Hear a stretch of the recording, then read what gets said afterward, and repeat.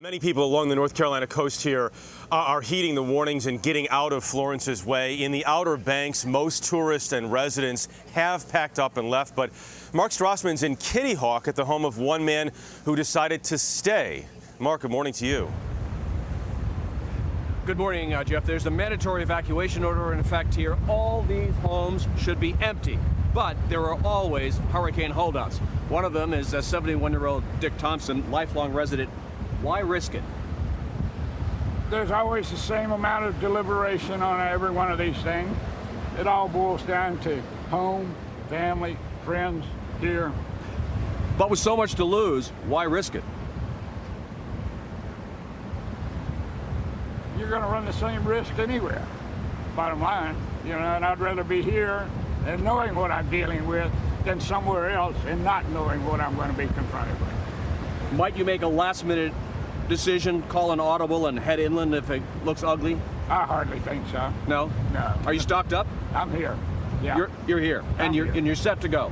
I'm good to go. And nothing's going to change your mind? None whatsoever. Okay, all right. Well, thanks for talking, and stay safe. My pleasure. So this island is also starting to shut down, along with the bridge that leads to Virginia, one of two main bridges that lead to the Outer Banks. It will become a one-way bridge, and only people can get off. They can't get on. The ferry to Ocracoke Island is now suspended service.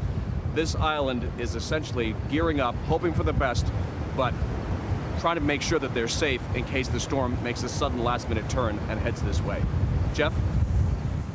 All right, Mark, thanks a lot. The major message for folks here in the impact zone is don't get complacent. Keep watching the forecast. Even though the storm is weakening, still incredibly dangerous for those who have stayed on the coast. There is still time to get out if people need to. Again, the big concern, that flooding. We're going to, in 36 hours now from John, so if you think about that 12 or 13-foot storm surge, we're all going to be underwater here if we're in this location. We're not planning to be right here, but that's what we're expecting in Wilmington and for hundreds of miles, potentially, in parts up and down the North Carolina coast.